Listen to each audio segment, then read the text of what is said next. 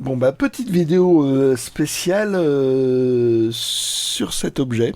Après le suspense insupportable, nous allons savoir ce qu'il y a à Ouais. l'intérieur de ce catalogue imaginaire. Catalogue imaginaire, 1985, j'étais abonné à Spirou et donc ils ont parlé dans un tout petit article que les éditions Dupuis sortaient ça. Mhm. Mais seulement que c'était hors commerce, donc c'était, je pense, uniquement pour les libraires, pour les amis des éditions Dupuis, Mhm. ou pour les Pour les journalistes. représentants peut-être aussi. Je Ouais. sais pas. Et donc tu ne l'avais jamais eu. Ah ben non, pas jusque-là. Hein. Donc en fait Et tu viens puis, juste de l'acheter. il était, en général, il est vendu un bon, bien cher. Ah ok. Donc c'est pas l'envie qui manquait, c'était les moyens. Et là, exception la règle, je l'ai trouvé dans un prix raisonnable. Ah, et qu'est-ce que c'est comme prix raisonnable? Non, bon d'accord. Il ne parlera pas. Non. Alors vas-y, ouvre. Alors,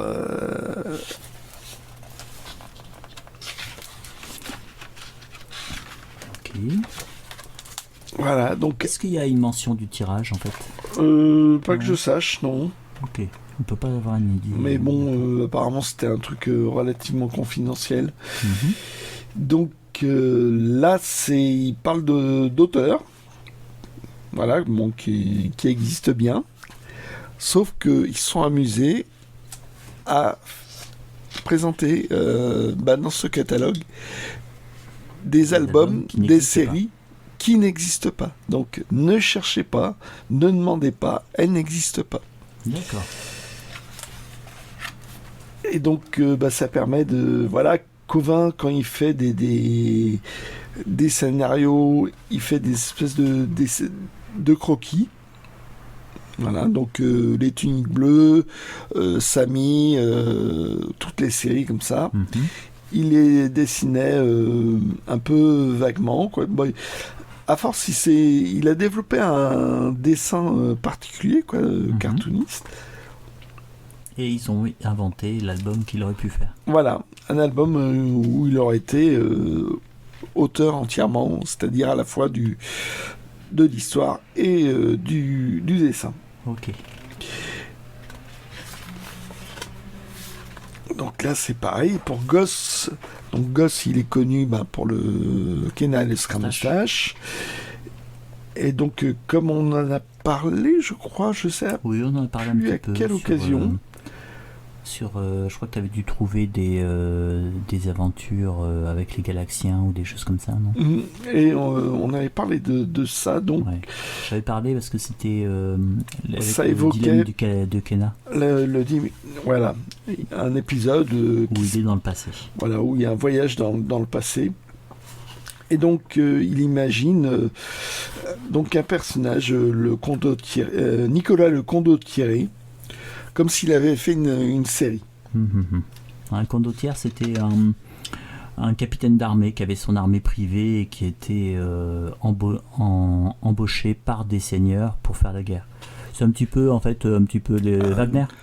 Une sorte de mercenaire, quoi. Oui, c'est ça. C'est des mercenaires, mais en fait carrément c'est Wagner. C'est-à-dire que c'est le condottiere qui a ses hommes et qui en fait travaille avec directement. C'est-à-dire que les mercenaires dépendent du condottiere. Voilà, et là, il adopte un dessin un peu plus réaliste que ce qu'il fait d'habitude. Ok. Et donc, présentation de personnages, ça dépend suivant les pages. T'as des petits détails un peu différents à chaque fois. Ah ok.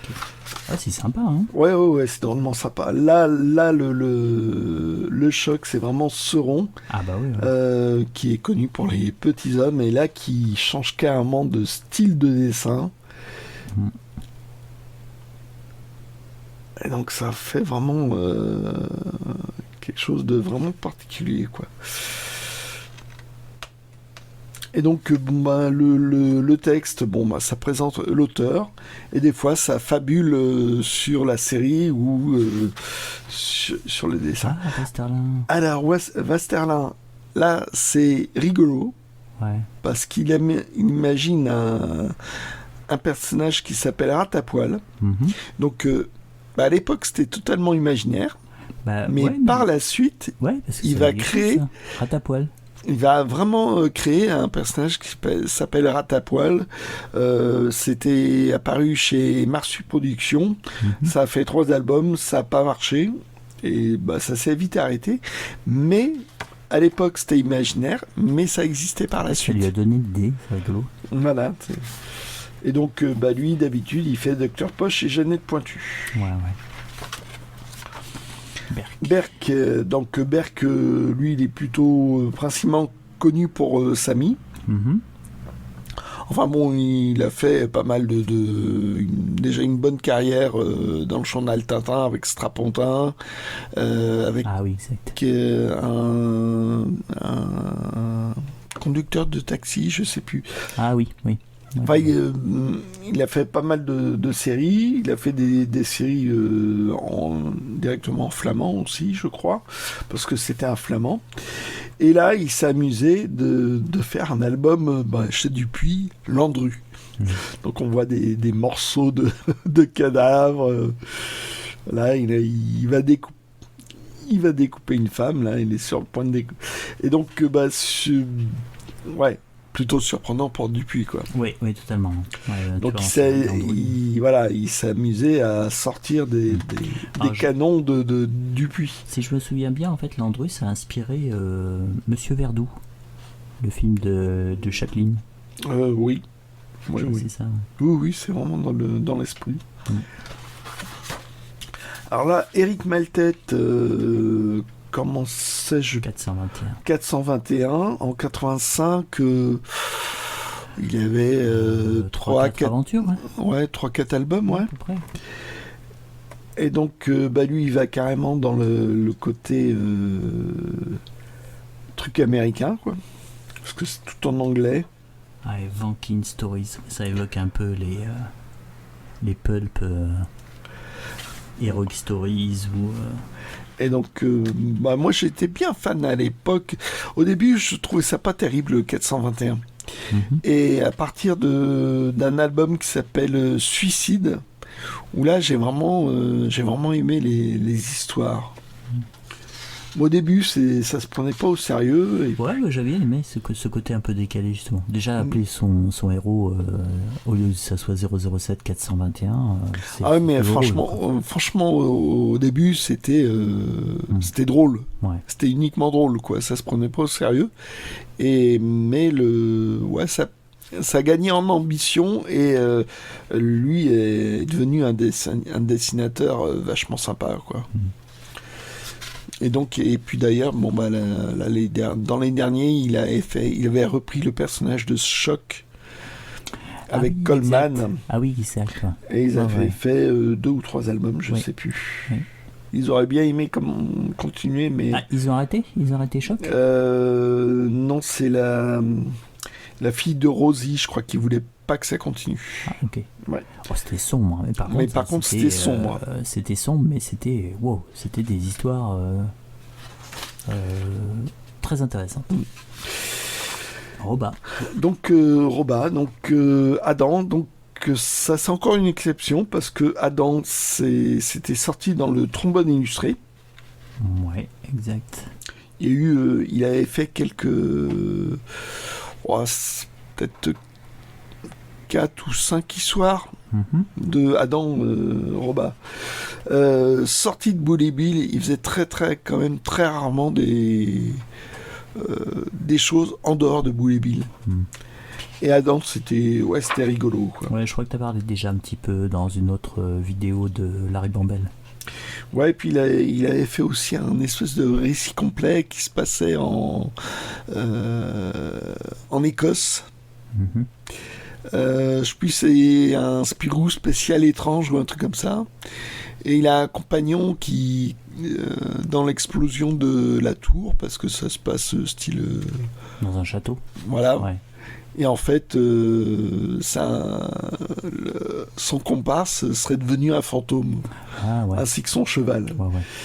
Et c'est quelques images, c'était sympa, mais il n'a pas été plus loin, c'est dommage. Non, il a fait aussi il a été... Il a fait un livre pour les enfants, un livre illustré pour les enfants avec des pingouins. Ah, je le connais pas celui-là.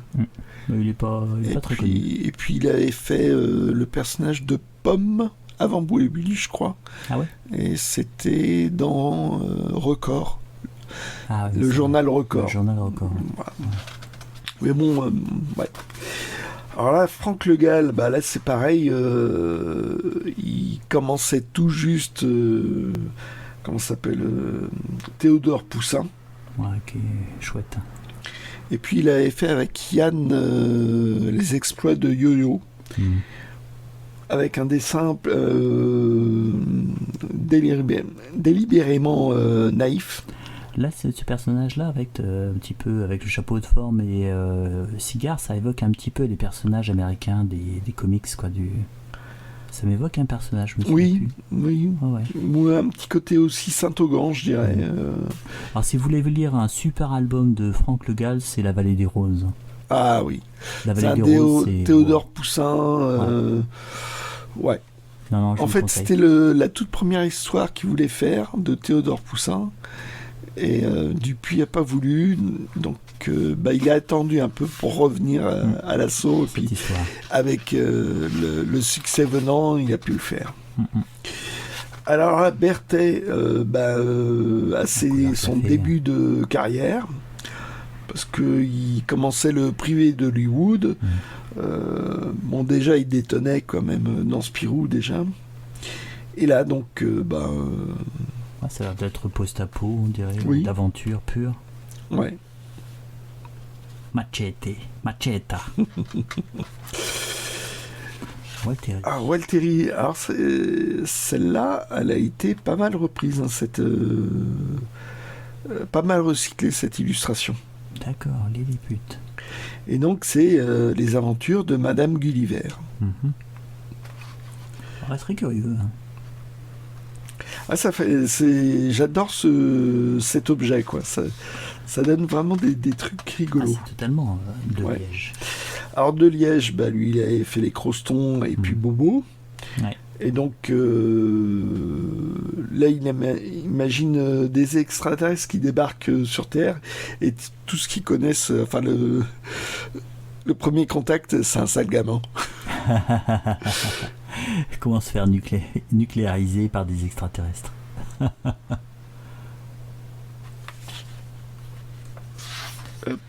Franquin. Voilà, Franquin. Là, ils imaginent tout simplement un recueil de dessins. Ils sont pas cassés les pieds et puis ils en ont profité. Ils ont mis quelques dessins. Ah oui. Puis excusez du peu, c'est quand même... c'est toujours chouette. Ah ouais. Là, je sais pas ce que c'est. Il a essayé de développer un petit personnage. Il avait un projet, non Ouais, c'est vrai que c'est curieux, ce petit personnage, ouais. Alors ça, Gabrion... Sur la piste du Necronomicon. Incroyable. Ça, j'ai montré ça à Arioc. Ouais. Il a posté tout de suite sur Facebook et il a fait en sorte que ce soit un fake. Et ça a marché ? Oui. Tout le monde a mordu l'hameçon sur son groupe fan de Lovecraft. D'accord. HP Providence en plus. Oh la vache. Et donc, Gabrion imagine que c'est un descendant d'HP Lovecraft. Ouais. Parce que Lovecraft a quand même été brièvement marié. Bah oui. Donc, il peut avoir... Il aurait pu avoir une descendance. Et Gabrion, on le connaît essentiellement pour L'Homme de Java. Très bonne histoire. Il avait fait les retraités dans Spirou. Donc c'est pour ça qu'il est dans cet objet. Ouais. Moi j'aime bien Gabrion. À part L'Homme de Java, il n'a pas eu de succès. C'est dommage. C'est dommage, c'est vraiment dommage. Et il avait fait un truc style manga. Ah, ça je connais pas ça. Qui s'appelait Shewataki. Qui n'a pas de succès, donc qu'un seul album. Ouais. Et c'était sympa comme tout. Et j'aimais bien son dessin. Alors, bon, bah, il continue toujours, quoi. Il essaye des trucs, mais il a du mal à rencontrer le succès. C'est dommage. C'est vraiment dommage. Ah oui. Et là, Will. Bon, bah, le vampire blanc. Voilà. Comment sortir des canons de Dupuis. Ah là, il est... Ouais. Je sais pas s'il avait encore... Il était encore vraiment sorti de Tif et Tendu. En 1985 ? Ouais. Ah, je sais plus. Parce que les jardins du désir, je sais pas de quand ça date. Ouais, c'est vrai. Avant qu'il fasse, j'ai envie de dire, de la BD, j'ai envie de dire... avec un côté érotique, oui, c'était resté extrêmement confidentiel. Ouais, ça a été réédité il y a une petite dizaine d'années, je crois. Oui, non, ça a été réédité. Après, il a fait la 27e lettre, et puis L'Appel de l'Enfer, qui était sorti dans un autre, chez un petit éditeur, il me semble, d'après mes souvenirs. Ah, ça, je connais pas cette partie-là. Et je suis resté sur... Ouais, donc voilà, ça sortait un peu du truc. Là, de Gétier, il a été relativement sage. Ouais. Là, c'est sous forme de documentaire, un bouquin documentaire sur, d'après le personnage de Papyrus. Donc là, il est resté très voisin de ce qu'il fait d'habitude. Est-ce que ça vaut le coup de relire Papyrus ? Moi, j'ai très vite lâché quand même. Après, je sais pas. Après, c'est un suffisamment succès pour que ce soit adapté en dessin animé. Oui, c'est vrai. Bon, il y a peut-être des fans de Papyrus parmi nos adhérents. Je sais pas. Moi, j'ai lu les premiers parce que je lisais Spirou à l'époque. À l'époque du deuxième album. Mais bon, Yann et Conrad, avec leur haute page, oui, exact. m'ont pas mal saboté l'intérêt de Papyrus. C'est vrai. Isler. Alors, Isler, c'était, j'ai envie de dire, peu de temps avant qu'il explose avec Sambre. Il avait fait Bidouiller Violette, qui était très... Non, Sambre, c'est quand? C'est en 83, je pense que c'est à peu près la même époque de Sambre, non? Ouais, non. Plus numérien. Ouais. Plus numérien. 86. Ouais, ça doit être 86. À peu près vers cette période-là. Donc en 85, ça devait sortir dans le journal Circus. D'accord. Et donc, oui, on le connaissait avec le côté gentiment romantique de Bidouiller Violette. Ah, c'était triste. Ouais, mais c'était gros nez, quoi. Et là, il sortait C'est sûr, quand il est sorti Plus numérien...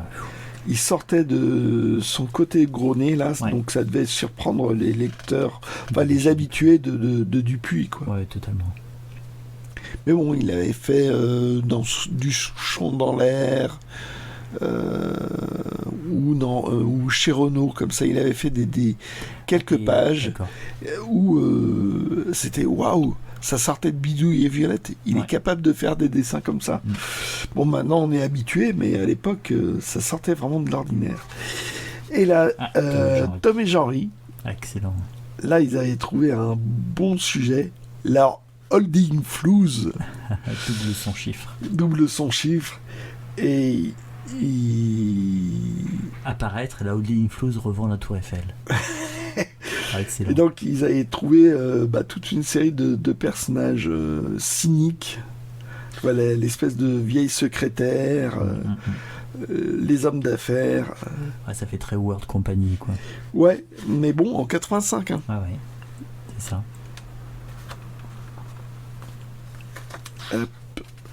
JDM, donc là... Je sais pas, on dirait qu'il s'est contenté de ça, JDM. Parce que ça, on dirait comme une photo. Oui, il a peut-être réutilisé une photo pour, effectivement, pour faire ça. Ouais, ouais. Donc, série sur un... C'est très Ginger, hein, son dessin. Oui. Ouais, puis un côté peut-être scientifique. Ouais, enfin science-fictionnesque. Janin. Alors lui, il a vraiment essayé de sortir son dessin à la Germain et nous, un dessin très lâché. Ah ouais, là, plutôt, côté semi-réaliste. Ouais, ça fait vraiment aventure de Frank Capra, quoi. Voilà. Sauf qu'il n'a pas pu s'empêcher de mettre des chapeaux de schtroumpf là et là. C'est des schtroumpfs ou c'est des chapeaux de schtroumpf. Des chapeaux de schtroumpf. Et donc, lui, il a commencé en gros sa carrière avec Enfin, il a connu à l'école le fils de Peyo. Ah, ok. Donc, en fait, ouais. Et donc les premiers Germain et nous étaient scénarisés par le fils de Peyo, Thierry Cullifort. Ah, exact, ouais, c'est vrai que c'est... Et donc, je sais pas si c'est un clin d'œil entre le fils et le père Cullifort, donc Peyo, quoi. Peut-être, ouais. J'avais bien adoré son album Les Collectionneurs. Ah ouais. C'est... ils sont incroyables, quoi. Si vous avez l'occasion de le lire, peut-être que vous allez vous... C'est sympa de relier. Ouais. Et donc, Lambil aussi. Lambil. Ok. Donc, l'aventurier des Highlands. Et tu vois, déjà paru au moins 3 albums, un 4e à sortir. Ouais. Tu vois, à chaque fois, tu as un petit détail différent. Il y en a un, il donne la taille de l'album, d'autres ils donnent différent pour donner un petit côté un peu réaliste, quoi.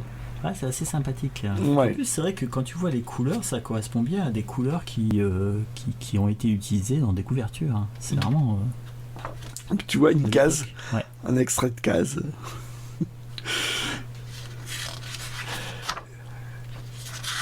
Et voilà. Bon, c'est très sympathique cet objet. Ah ouais, quand je l'ai reçu, j'étais vraiment pas déçu, quoi. Alors que ça fait depuis 85 que t'attends. Que j'attendais l'occasion de le trouver. Ouais. Bon, juste un petit bémol pour moi, parce que je trouve que sur la mise en page des albums, ça fait un peu bricolé. Ça, ils auraient pu travailler un peu plus... un petit peu plus soigné, quoi. Un peu plus soigné. Un petit peu comme si ça avait été un album... un véritable album. Ouais, là, ils ont vraiment, effectivement... Voilà, Ils ont mis une image, quoi. C'est fait très simplement, quoi. Ils auraient pu travailler un peu mieux. Mais bon, c'est super. Bon, bravo. Ouais. C'est la dernière chose que tu as montré ? Non, je vais montrer... Ça m'a rappelé deux autres trucs. Hop. Alors, ça m'a rappelé ça. C'était un petit supplément dans le journal Spirou. Je sais pas si c'est... Ah oui, c'est une reprise des fiches qu'ils ont sorties à un moment donné ? Non. Alors, toi, tu dois avoir tes lunettes. Ah non, je les ai enlevées. Mais je peux lire. Bravo. Édition Dupuis 2011, supplément gratuit ne peut être vendu séparément du journal Spirou numéro 3839. Voilà. Donc, mais bon, c'était réservé uniquement aux abonnés. Et donc, c'était sur... ils avaient fait une thématique 100 héros disparus du journal Spirou. C'était vraiment un numéro à avoir où ils avaient mis quelques extraits de récits qui avaient été abandonnés. Notamment un Spirou par Tom et Jean-Ry, après Machine qui rêve. Ils avaient commencé un truc avec Zorglub, donc tu n'avais que 4-5 pages, que les 4-5 premières pages qui ont été faites. Voilà. Et après ils ont abandonné Spirou, enfin où ça a été retiré.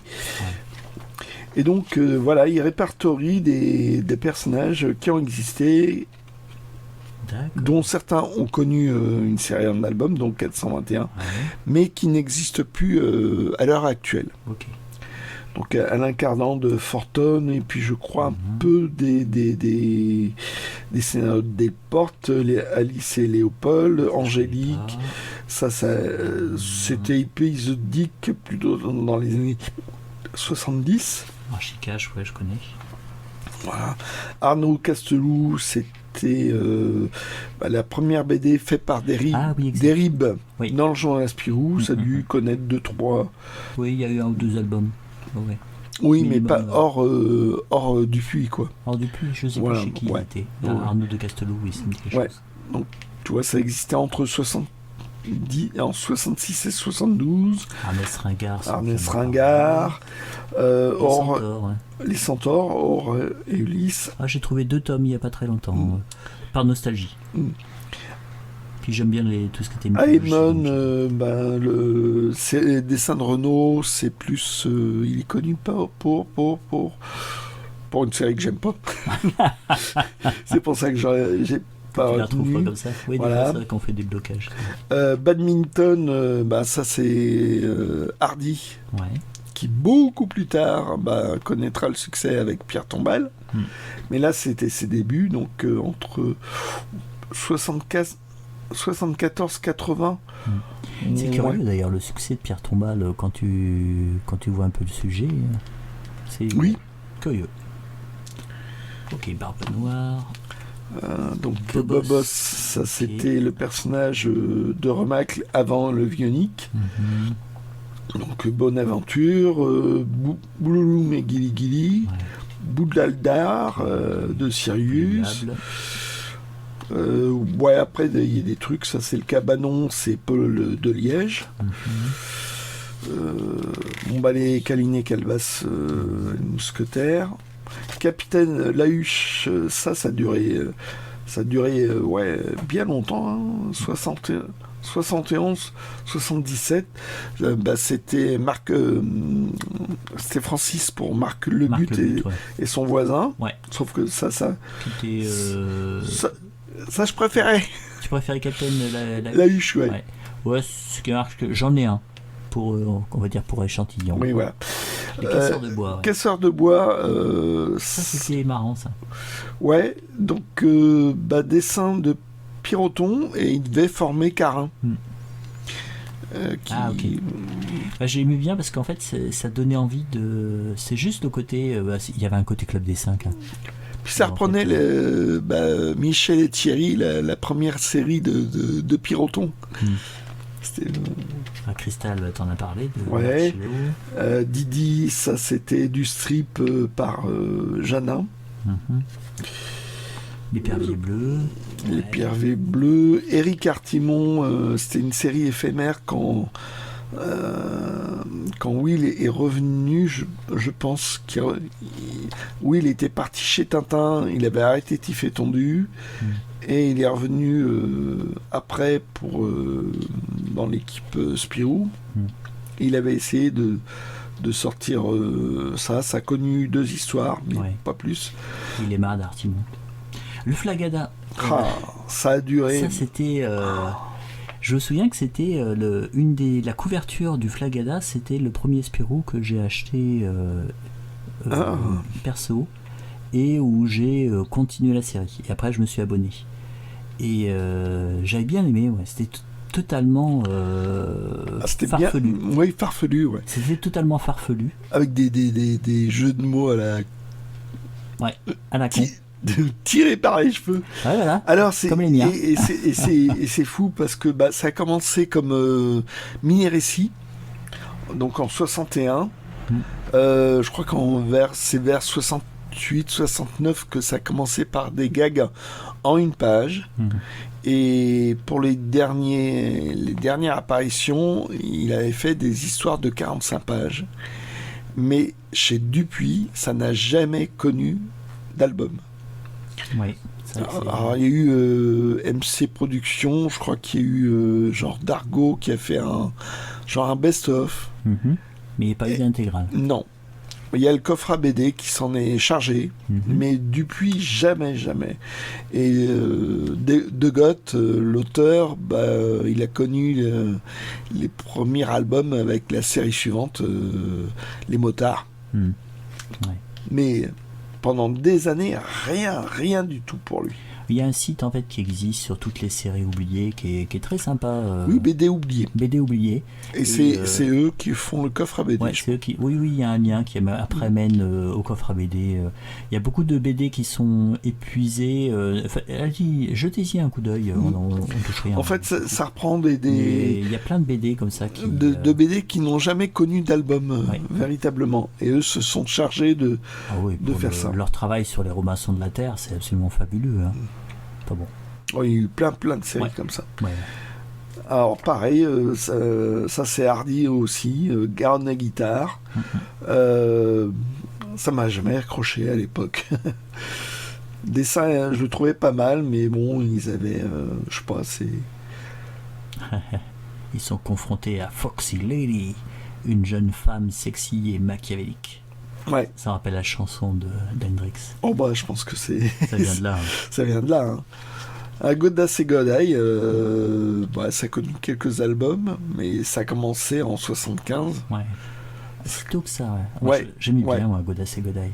C'était l'époque napoléonienne, c'était très parodique, assez sympathique. Ouais, début 80, t'avais Germain et nous, et t'avais Gontran et les autres.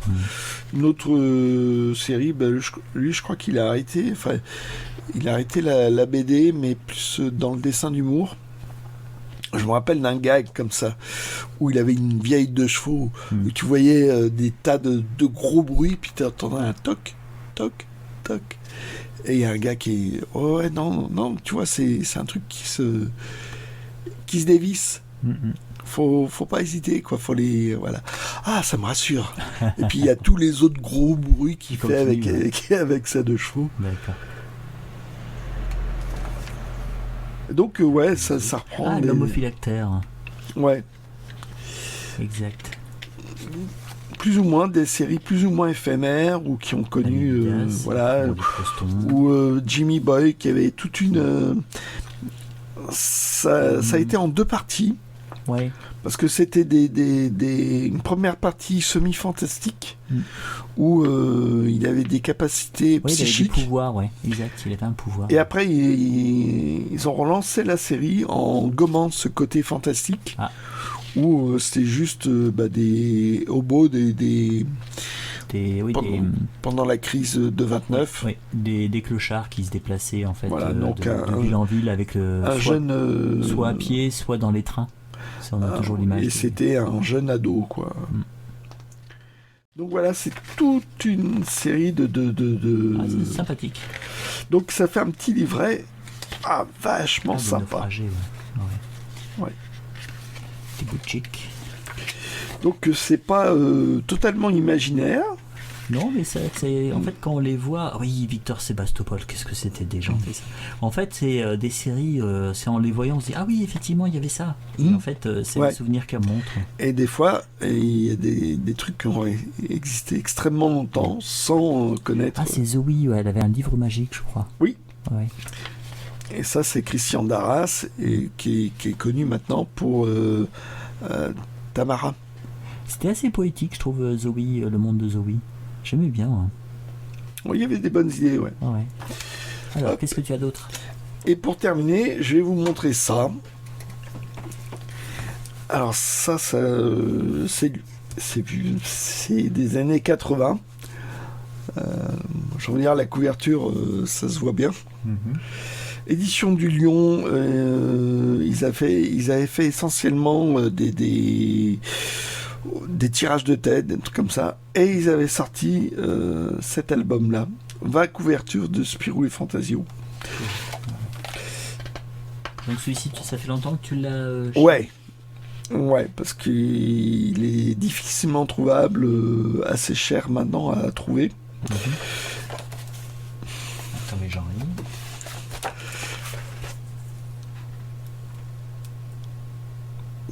C'est marrant comme dessin. Ouais. Et en fait, c'est dans les années 80, 20 couvertures qui n'existent d'albums de Spirou qui n'existent pas. D'accord. Et donc avec le musée, le catalogue imaginaire.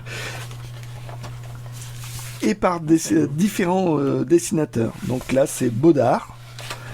qu'on connaît par Green Manor, entre autres. Excellent.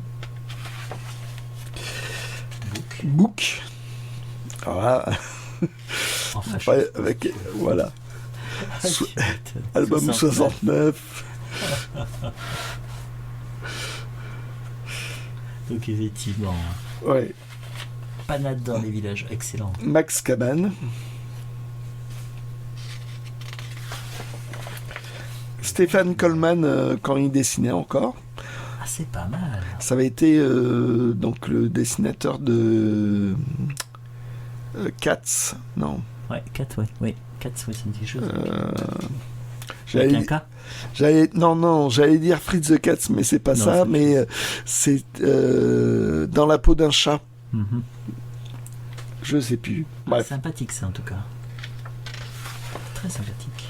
Là, Cossu, un dessinateur que j'aimais bien, mais bon, qui a été un peu oublié, je trouve, c'est dommage. Ouais, ça vaut le coup de le redécouvrir. Alors, Pierre Dalla Palma, là, j'avoue que je connais pas. Je pense que lui, c'était plus dans le dessin humoristique. Oui, peut-être de dessin de presse. Alors, Dupuis Bébérian. Un amour de ce quotidien. Il me semble qu'ils étaient quand même relativement confidentiels à l'époque. Hein. Ah, ouais, c'est. En 80. Attends, c'est quelle date? C'est quelle date? Ouais. À la fin. C'est peut-être à la fin. À la fin. Hop. Ah, je dévoile tout là. Ouais.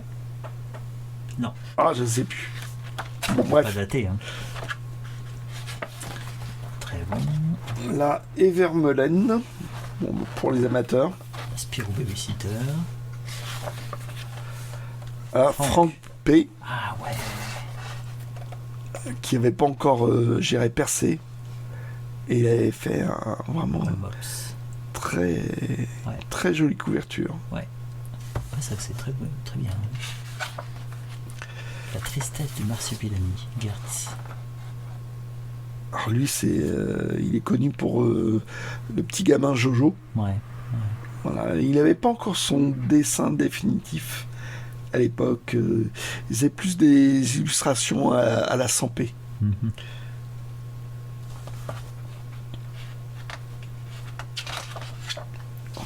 Et là, c'est ma préférée, la plus coincée à la maison par la pluie. Le silence de repos de train-train de pantoufles. Alors c'est marrant parce que cette illustration, je l'ai déjà vue quelque part. Oh, j'ai dû déjà la partager sur du genre sur Facebook ou des trucs comme ça. Parce que imaginez Spirou coincé par la pluie. Ouais. Un baroudeur. Ouais, le baroudeur qui je trouve ça génial. Ouais, c'est bon. En plus, il a une tasse à son nom. Ces petits détails, c'est sympa. Ça. Ah là. Ouais. Ouais. En train de faire une suite. Patience.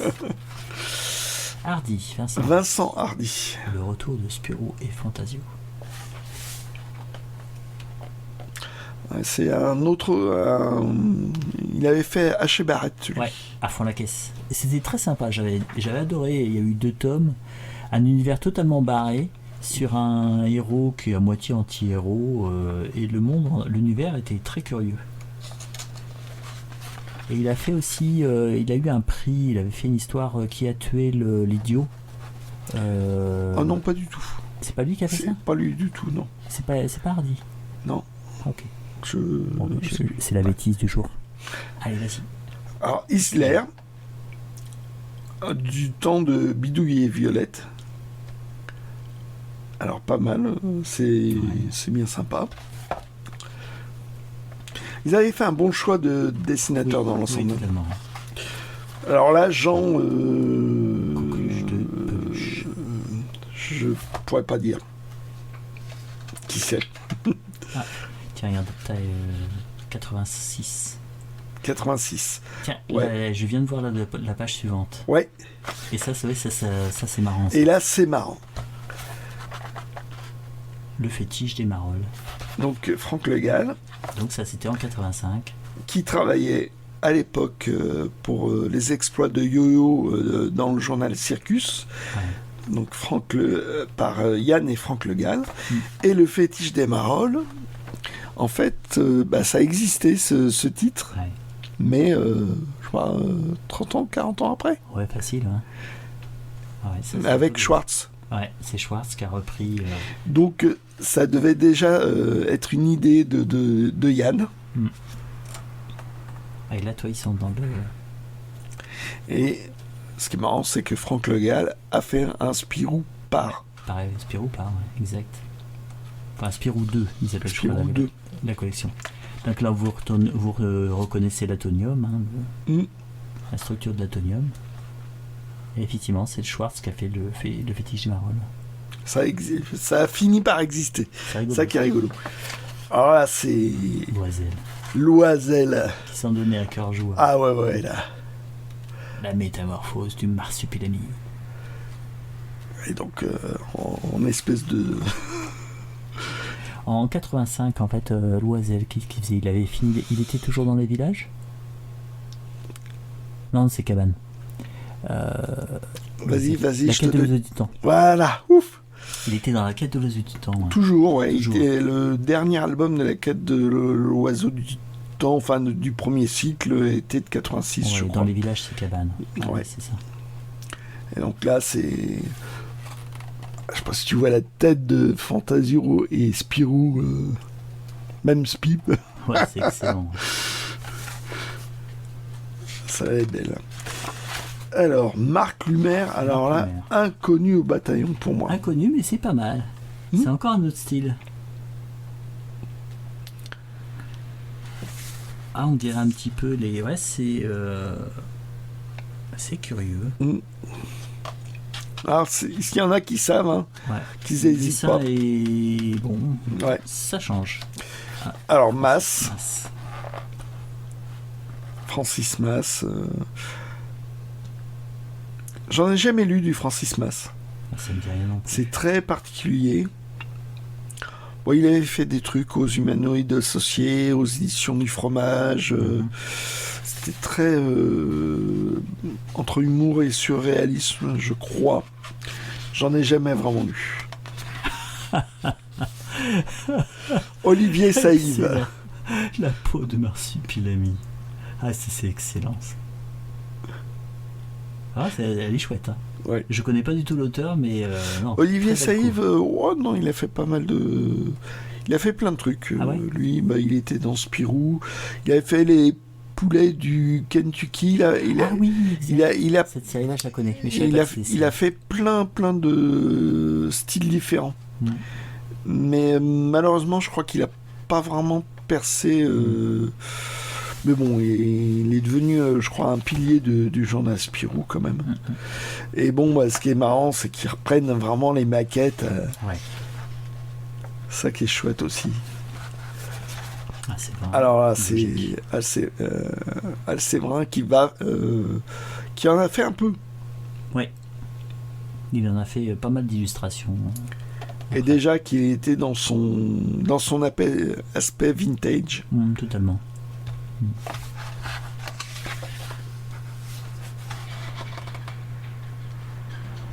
Donc ils reprennent.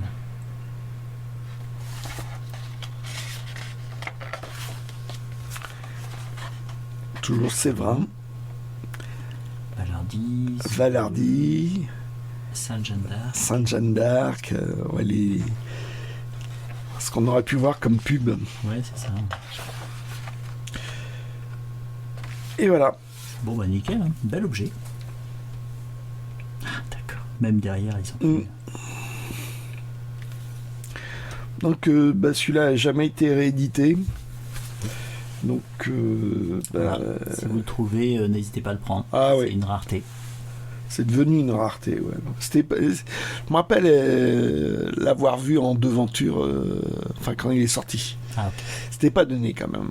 Et j'ai waouh, et j'ai eu un coup de bol de le trouver d'occasion. Il y a fort lointain maintenant. Ah, ok. Bon voilà. Bon, bah merci pour cette présentation, Guy Belge. Hop, tiens, il y a ceci. Voilà. Bon, bah, Ciao. ciao.